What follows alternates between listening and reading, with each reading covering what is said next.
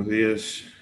El día de hoy, viernes 20 de noviembre del 2020, exactamente a las 10:20 de la mañana, daremos inicio a esta nueva clase referente al módulo constitucional del Diplomado de Formación Jurídica de Ayudantes Judiciales.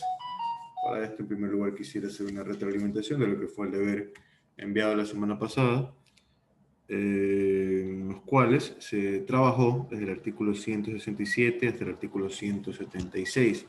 Para esto voy a requerir la intervención de 3 estudiantes para dar paso a la primera parte de retroalimentación del día de hoy, posteriormente a la clase teórica y finalmente lo que es la clase asincrónica. Ahora, escucho por favor a Nicole Valdivieso. Buen día, Nicole. Buenos días, doctor. ¿Sí me escucha? Escucho claramente. Ya, claro. Yo quería hacer una acotación del artículo 171 de la Constitución que nos habla sobre la justicia indígena, en el cual se nos dice que los pueblos, las comunidades y las nacionalidades indígenas gozarán de autonomía para el cumplimiento de la justicia, para de esta manera respetar así sus tradiciones ancestrales, por lo cual incluso se aplicará el principio de prohibición de doble juzgamiento. O sea que para aquellos que han sido juzgados dentro de la jurisdicción indígena no podrán ser juzgados por la justicia ordinaria.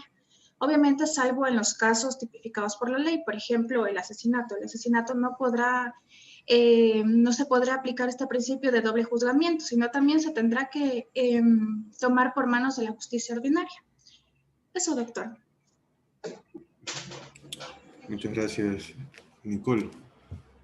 Damos paso, por favor, a Mariana García. Buen día, Mariana.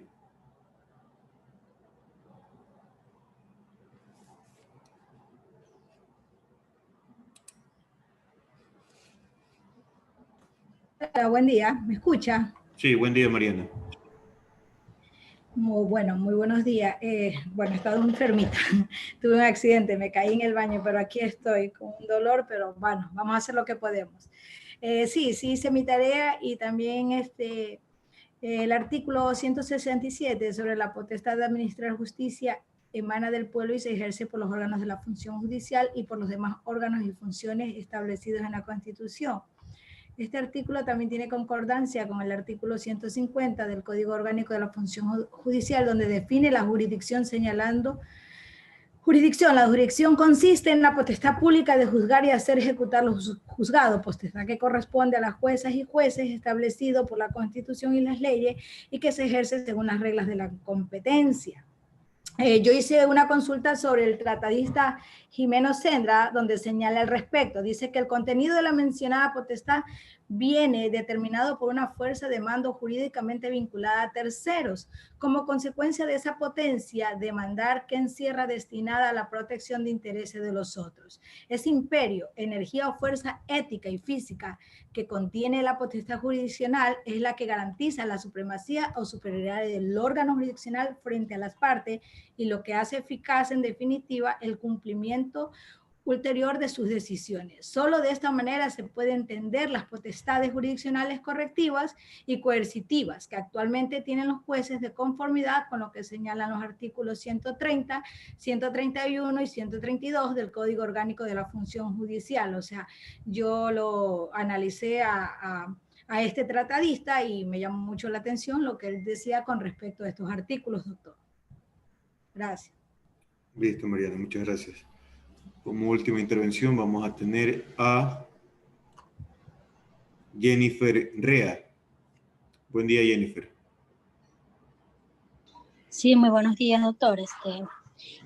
Con respecto al artículo 168 que menciona que la Administración de Justicia, en el cumplimiento de sus deberes y en el ejercicio de sus atribuciones, aplicará los siguientes principios, que son...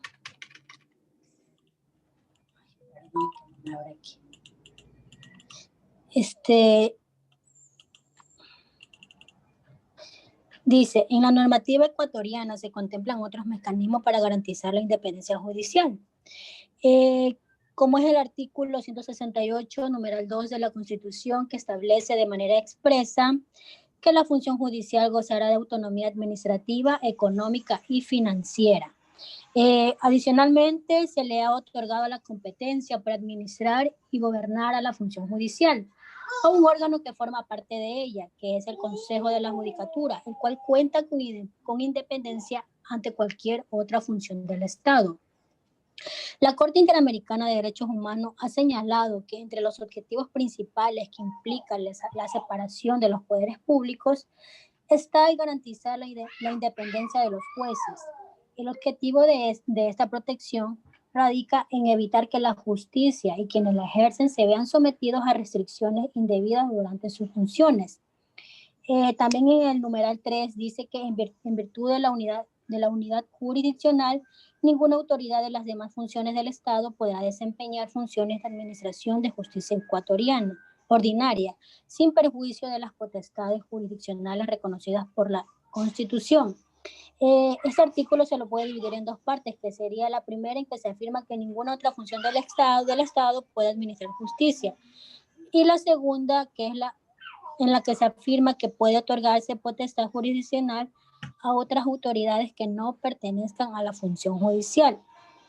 Asimismo, el Código Orgánico de la Función Judicial, en su artículo 8, inciso 1, señala que el ejercicio del poder jurisdiccional pertenece a los jueces y estos a su vez se someten únicamente al derecho, de tal manera que cualquier intervención de otros poderes, funciones, órganos o autoridades queda excluida en el correcto desarrollo de la jurisdicción. Gracias, eso es todo, doctor. Listo, respecto a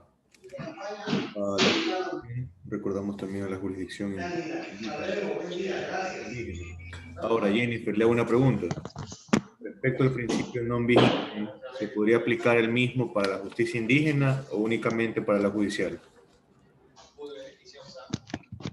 ¿Qué tal? ¿Le pueden mirar cómo está el clima? Ah, qué bueno. La noche tampoco estaba Jennifer Rea, por favor. Sí, doctor, perdón, dígame. Sí, se podría aplicar el principio non bis in idem únicamente para la función judicial, para las sentencias de función judicial y también para la justicia indígena. Creo que para la y que la ley de funciones para el pasaje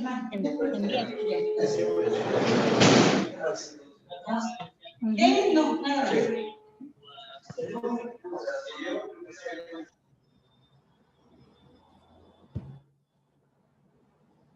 Sí, quien sepa la respuesta, por favor, para que me ayude con su intervención. Acerca del principio non bis in idem, si se aplica para la justicia indígena o únicamente para la función judicial.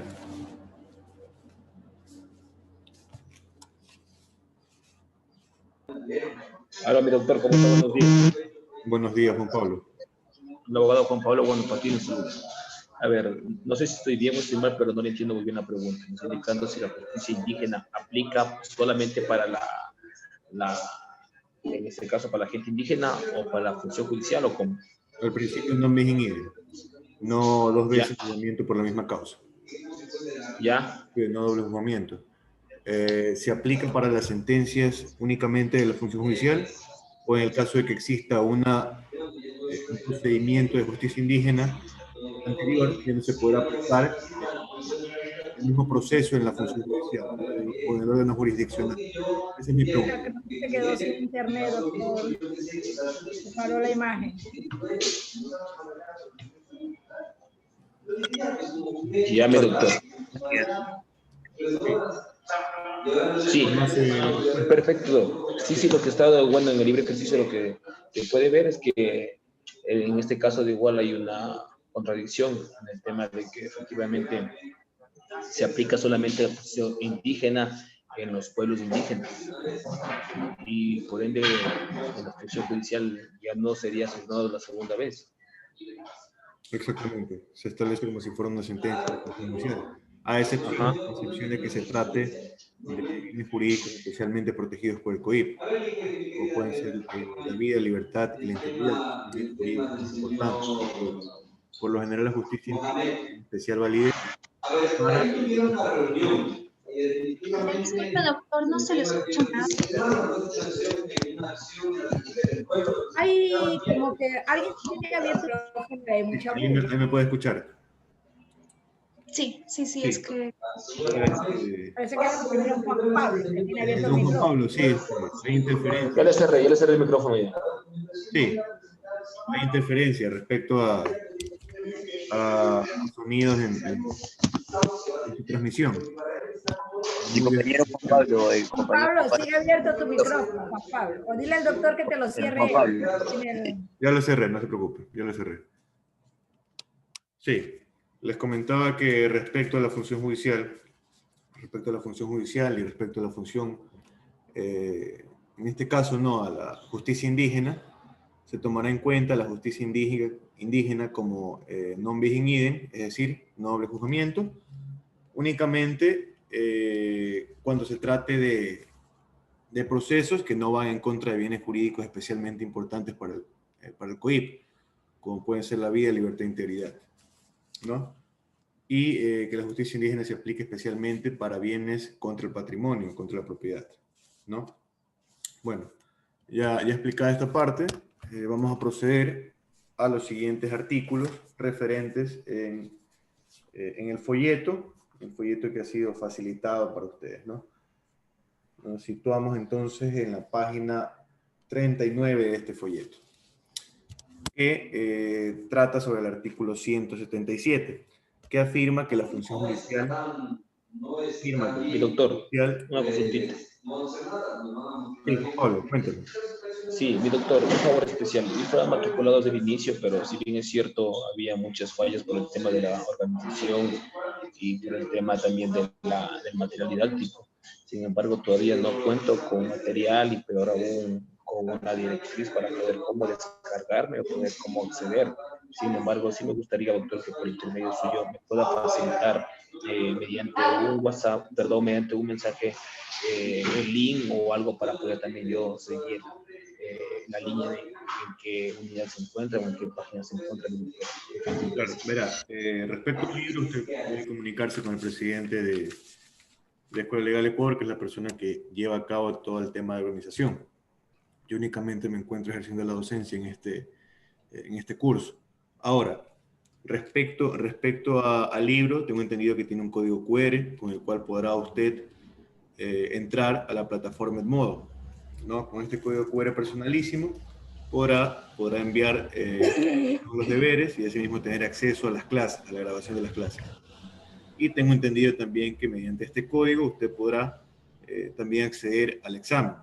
Entonces es importante subsanar estas circunstancias. Doctor. Y yo le mandaría el número del abogado. Sí, cuénteme. Doctor, si me permite, para Juan Pablo, bueno, le cuento que nosotros tenemos un pequeño grupo donde algunos se unieron, que justamente es de los compañeros de Viernesado, y ahí hemos ayudado a los compañeros que han tenido dudas, que no saben a dónde direccionarse. Bueno, al menos yo a criterio personal lo he hecho. Les he ayudado internamente, les he indicado los procesos y los he direccionado de una buena manera. Entonces, Juan Pablo, si gustas, te dejo mi número, me escribes y después te unes al grupo, que ahí es la única manera de poder resolver nuestras incógnitas o nuestros problemas, a manera de apoyo, si deseas. Yo te dejo mi número por aquí en el chat. Gracias, doctor. Disculpe, síganos. Gracias. Disculpe, doctor Juan. Sí, cuénteme. Yo le saludo a Jorge Calle. Yo le cuento que he estado en las clases, de acuerdo con la Constitución, uno tiene aquí la Constitución, uno va paso a paso, pero yo sí tengo el libro del QR, sino que como tengo 3 computadoras aquí, ahorita estoy en el cuarto, y yo no he seguido el tema del libro que usted dice, y ahora me quedo como loco porque me dice del examen, y voy a tener que coger el número de la compañera también para estar un poco más atento. Únicamente el código QR para poder entrar a la página del módulo. Claro. Sí. Sí. Perfecto. La ventaja de los exámenes es que le puede dar durante todo el tiempo que estamos en los procesos de las clases. No hay problema, no ha perdido mucho. Claro. Perfecto. Pero entonces estamos bien. Ya ahorita le cojo su número, compañera. Gracias. Listo, los exámenes son el 2. Empezamos un 2. Entonces faltaría una semana de clase, posteriormente ya veríamos los exámenes, ¿no? Procederemos entonces a la parte teórica del día de hoy. El artículo 177 de la función judicial afirma que se divide en 4 tipos de órganos. En primer lugar, lo que son los órganos autónomos, como son la Fiscalía General del Estado y la Defensoría Pública. La Fiscalía, según el artículo 442 del COIP, dirige la investigación preprocesal y procesal penal, interviene hasta la finalización del proceso. Mientras que la Defensoría Pública, según lo expuesto en el artículo 191 de la Constitución de la República del Ecuador, buscará prestar un servicio legal, un servicio técnico oportuno en el patrocinio y asesoría jurídica de aquellas personas que por su estado de indefensión o por su estado o condición económica no tienen el dinero para poder pagar un abogado privado, ¿no? Entonces, entendemos que ambos órganos intervienen directamente en procesos judiciales. Sin embargo, son autónomos, ya que, valga la redundancia, tienen autonomía administrativa, autonomía económica y autonomía financiera respecto al ente regulador, el Consejo de la Judicatura, ¿no? Quien regula y administra los órganos auxiliares y los órganos jurisdiccionales en el Ecuador. Hay que especificar también lo que son los órganos jurisdiccionales, que son aquellos que se encargan de administrar justicia en el Ecuador por medio de los juzgados de tribunales de primera instancia, por medio de las Cortes Provinciales de Justicia, por medio de la Corte Nacional de Justicia, ¿no? Asimismo existen los órganos de gobierno, administrativos y disciplinarios, como es específicamente el Consejo de la Judicatura. Por último, tenemos los órganos auxiliares, como son en primer lugar la notaría, que según el artículo 6 de la ley notarial vigente, el notario es el funcionario investido con fe pública para autorizar a requerimiento de parte los actos, contratos y documentos determinados en las leyes. La notaría es un órgano auxiliar, ya que ayudará a aquellos que intervengan en procesos judiciales a dar fe pública a distintos documentos. Y vale la pena recalcar que sin dicha fe pública no se podría presentar dichos documentos a manera de prueba en el proceso y sería imposible su comprobación, la comprobación de los fundamentos de hechos que establecen en cada demanda, ¿no? Como siguiente órgano auxiliar se encuentran los martiriadores judiciales, que intervienen o actúan en remates judiciales, en donde se podrán subastar 3 tipos de bienes, lo que son los bienes públicos, lo que son los bienes particulares, vendidos en plena libertad, y lo que son los bienes embargados a causa de procesos judiciales, ¿no? Tenemos los bienes particulares, recalcando en este punto que toda persona natural o jurídica, nacional o extranjera, que use o goce de derechos de ciudadanía y de formación jurídica puede acceder al servicio de remates judiciales en línea, servicio prestado por el Consejo de la Judicatura en su página web, y que únicamente deberá pagar la tasa o la única tasa por servicios administrativos de 1.7% de un salario básico del trabajador en general, que para el 2020 sería de $6.80. Es lo único que pagaría aquel particular que desee vender un bien mueble o inmueble, y que podrá usar esta plataforma para poder vender el mismo, ¿no?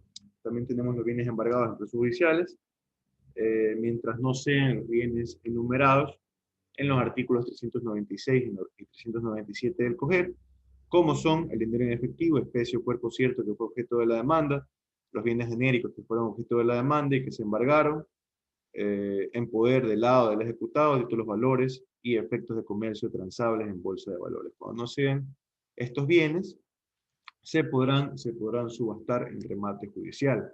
Entonces, según el artículo 398 del Código Orgánico General de Procesos vigente, el remate incluirá bienes embargados a personas por acumulación, incumplimiento de deudas y obligaciones, sean estos muebles e inmuebles, derechos o acciones, y se rematarán a través de la plataforma única de la página web del Consejo de la Judicatura.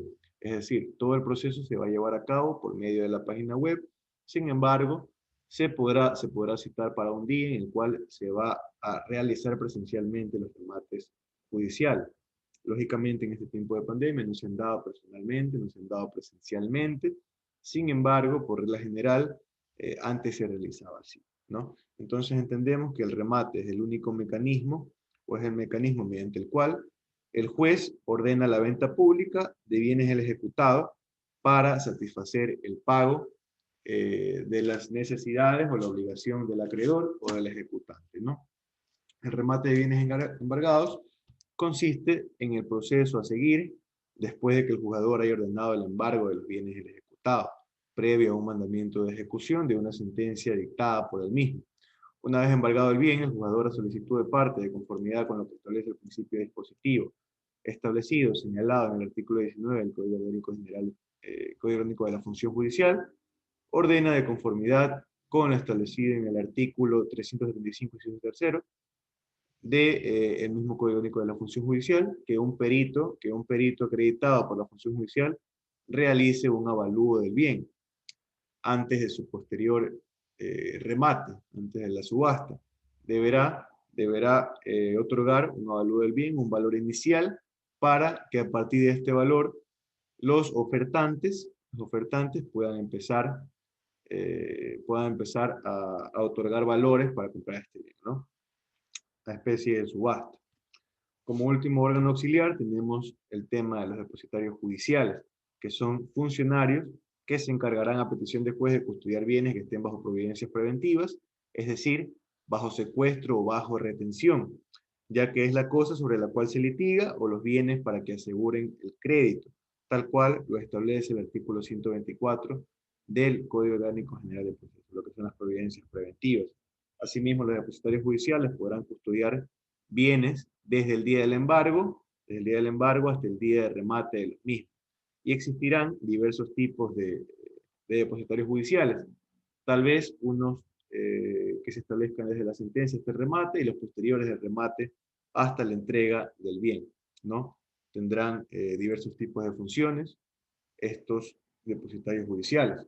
Proseguimos entonces con el artículo 178 de la Constitución de la República del Ecuador, acerca de los órganos jurisdiccionales competentes en el Ecuador, ¿no? Que son los siguientes. En primer lugar, la Corte Nacional de Justicia, que es el máximo órgano de administración de justicia en el Ecuador. La Corte se encuentra integrada por 21 jueces y juezas que se organizan mediante salas especializadas y son designados por un periodo de 9 años. Sin embargo, no todos los jueces van a cumplir 9 años, ya que cada 3 años se irá cambiando un tercio de los mismos. Es decir, que de 21, el tercio, que son 7 jueces, se irán cambiando cada 7 años. Únicamente 7 de los 21, podrán cumplir los 9 años que establece la Constitución. Entendemos entonces que serán salas especializadas: la civil, la penal, la laboral, la contenciosa administrativa, la contenciosa tributaria y familia. Cada sala se encontrará conformada por 3 jueces y se renovarán por tercios cada 3 años, que es lo que les manifestaba, y se los irá renovando de acuerdo al criterio de la Constitución establecido en el artículo 182 de la misma, ¿no? Los criterios de sustitución son en base a evaluaciones académicas constantes por parte del Consejo de la Judicatura, o también por razones externas, como son sanciones o abandono del cargo por parte de los jueces. Según el artículo 184 de la Constitución de la República del Ecuador, la Corte Nacional de Justicia tiene las siguientes funciones. En primer lugar, lo que es conocer los recursos de casación, revisión y demás que establezca la ley. Segundo, tenemos que desarrollar el sistema de precedentes jurisprudenciales fundamentados por fallos de triple reiteración. Entendiendo por fallos de triple reiteración a las distintas sentencias emitidas por las salas especializadas de la Corte Nacional de Justicia, que reiteren por 3 ocasiones la misma opinión sobre un mismo punto de derecho. Dichos fallos se remitirán al Pleno del Consejo, al Pleno de la Corte, con el fin de que éste delibere, y decide en el plazo de 60 días. Podrá decidir expresamente la aceptación o podrá aplicar lo que es la rebeldía, es decir, no contestar. Si no contesta, el Pleno de la Corte Nacional de Justicia se establecerá como aceptado, en este caso, el fallo de triple reiteración. La resolución mediante la cual se declara la existencia de un precedente jurisprudencial contendrá únicamente el punto de derecho respecto del cual se ha producido la triple iteración, el señalamiento de la fecha, de los fallos y datos de identificación del proceso, y se publicará en el registro oficial para que el mismo pueda tener efecto generalmente obligatorio posterior, ¿no? Continuando con las funciones de la Corte Nacional de Justicia, tenemos conocer las causas que se inicien contra los servidores públicos que gocen de fuero. En este caso, si hablamos de fuera de Corte Nacional de Justicia, podemos estar hablando de especialmente el presidente, ¿no? Tenemos presentar proyectos de ley relacionados con el sistema de administración de justicia y que las juezas y jueces de la Corte Nacional de Justicia elegirán entre sus miembros a un presidente o una presidenta que representará la función judicial y asimismo durará sus funciones aproximadamente 3 años. En cada sala especializada se elegirá un presidente para que lleve el liderazgo de la misma sala por un periodo de 1 año, ¿no? Procederemos entonces a la explicación del siguiente órgano jurisdiccional, tal cual son las Cortes Provinciales de Justicia, las cuales son tribunales o cortes de apelación a sentencias de primera instancia, y así mismo se colocan como rango inmediatamente inferior a la Corte Nacional de Justicia, ¿no? La estructura de cada corte varía y es regulada por el Consejo de la Judicatura. Los jueces provinciales se agrupan en salas especializadas por materia, ya sea penal, laboral, civil, etc. Existe una corte provincial por cada una de las 24 provincias en las que se encuentra subdividido el Ecuador y tienen sus sedes en la capital de cada provincia. Entonces, para concluir este órgano jurisdiccional, manifestamos que los jueces de las cortes provinciales tienen competencia para conocer los procesos judiciales que involucren a personas, en primer lugar, con fuero provincial, como pueden ser, por ejemplo, los alcaldes, ¿no? Así como resolver los recursos de apelación interpuestos en los procesos provenientes de los tribunales y juzgados por parte de los jueces de primer nivel. Vamos a definir entonces lo que son los jueces de primer nivel o juzgados de tribunales de primera instancia, ¿no? Son aquellos juzgados de tribunales comunes en los que se tramitan los procesos judiciales que involucran a personas sin ningún tipo de fuero. En cada cantón deberá conformarse al menos una unidad judicial. En los cantones de menor población se organizan unidades judiciales multicompetentes, mientras que en los cantones cuyas cabeceras cantonales son grandes ciudades, existirán unidades judiciales especializadas en cada materia, tal cual lo vemos en Guayaquil, el complejo judicial La Florida, para los que viven en Guayaquil. Por último, tenemos a los juzgados de paz. En relación a este tema, manifestamos que los jueces de paz son líderes elegidos por la comunidad con la capacidad de resolver en equidad conflictos individuales, comunitarios y vecinales de cualquier índole, es decir, aquellos problemas que surgen en el día a día, siempre respetando las costumbres y la cultura de cada comunidad, ¿no? Para la elección de los jueces de paz, en primer lugar deberá existir un acercamiento por parte del Consejo de la Judicatura a las distintas circunscripciones territoriales de los pueblos que supuestamente necesitan un acceso eficaz y rápido a la justicia, ¿no? Ya que se encuentran lejos de la ciudad y lejos de los juzgados u órganos como son la función judicial. Ahora, entendemos que el Consejo de la Judicatura realizará este acercamiento para diagnosticar aquellas localidades que no tienen un fácil y rápido acceso a la ciudad y que necesiten en realidad justicia rápida, y por ende, un juez de paz. El proceso para el establecimiento de jueces de paz se encuentra especificado en la resolución del Consejo de la Judicatura número 252-2014, en sus artículos desde el 7 hasta el 16, para quienes deseen tener más información acerca de este proceso, ¿no? Que involucra el establecimiento de jueces de paz. Los requisitos para ser jueces de paz en el Ecuador se encuentran especificados en el artículo 250 del Código Orgánico de la Función Judicial y son los siguientes. En primer lugar, ser mayor de edad y hallarse en goce de derechos de participación política. tener como mínimo instrucción primaria completa, hablar los idiomas predominantes en la parroquia, tener domicilio permanente en la parroquia, comunidad, barrio, recinto o vecindad, donde se va a ejercer el cargo por un tiempo no mínimo e ininterrumpido, no menor a 3 años. Y gozar del respeto, consideración y apoyo de los habitantes del lugar en donde se va a ejercer el cargo. Lógicamente, este último requisito viene a ser a manera subjetiva, ¿no? Para ser un juez de paz no se necesita ser profesional del derecho, únicamente tener la primaria completa, y desempeñarán sus funciones de forma voluntaria como un servicio social a la comunidad. Por consiguiente, no recibirán remuneración por los mismos, únicamente la retribución que otorga el Consejo de la Judicatura es por parte de conocimientos y capacitación constante respecto a la justicia y respecto a las disposiciones constitucionales, ¿no? Según la resolución número 252-2014, en su artículo 19, los jueces de paz serán competentes para las siguientes causas. En primer lugar, conocer y resolver sobre la base de la conciliación y la equidad los conflictos individuales, comunitarios, vecinales y obligaciones patrimoniales de hasta 5 salarios básicos unificados del trabajador en general. También lo que son las contravenciones que no impliquen la privación de libertad, lo que son... vale la pena recalcar que tampoco ningún juez de paz podrá delegar su competencia a otro. Sin embargo, podrán solicitar colaboración a la justicia ordinaria en el caso de que no exista la experiencia necesaria acerca de determinado tema ni los conocimientos necesarios, ¿no? En caso de que los jueces de paz de una circunscripción no puedan o no deban conocer la causa en virtud del principio de independencia e imparcialidad y para evitar vulnerar los mismos, las personas podrán acudir a los mediadores comunitarios de dicha locación para que estos puedan resolver. Es decir, no existirá obligatoriedad por parte de los jueces de paz para poder resolver causas en el caso de que no se encuentren capacitados o en el caso de que teman vulnerar los principios de independencia e imparcialidad en el transcurso de este proceso.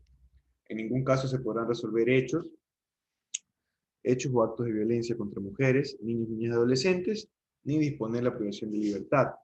Ni, por supuesto, la justicia de paz podrá prevalecer por sobre la justicia indígena en ninguna circunstancia, ¿no?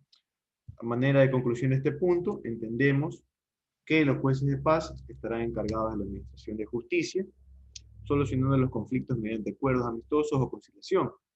De no ser posible llegar a un acuerdo, el juez o jueza de paz resolverán equidad. La cantidad de jueces de paz avalados en el Ecuador por el Consejo de la Judicatura es la siguiente: 17 jueces de paz en Esmeraldas, 66 en Manabí, 11 en Santa Elena, 15 en Guayas, 15 en El Oro, 11 en Los Ríos, 14 en Santo Domingo, 20 en Carchi, 23 en Imbabura, 24 en Pichincha, 19 en Cotopaxi, 12 en Bolívar, 9 en Cañar, 29 en Azuay, 11 en Loja, 19 en Chimborazo, 15 en Tungurahua, 13 en Napo, 11 en Sucumbíos, 8 en Francisco Orellano, 14 en Pastaza, 11 en Morona Santiago, 10 en Zamora Chinchipe, dando un total de 397 jueces de paz avalados por el Consejo de la Judicatura. Proseguiremos entonces con los artículos 179 y 180 de la Constitución de la República del Ecuador, que expresan lo que es el Consejo de la Judicatura, de los cuales no habrá gran explicación.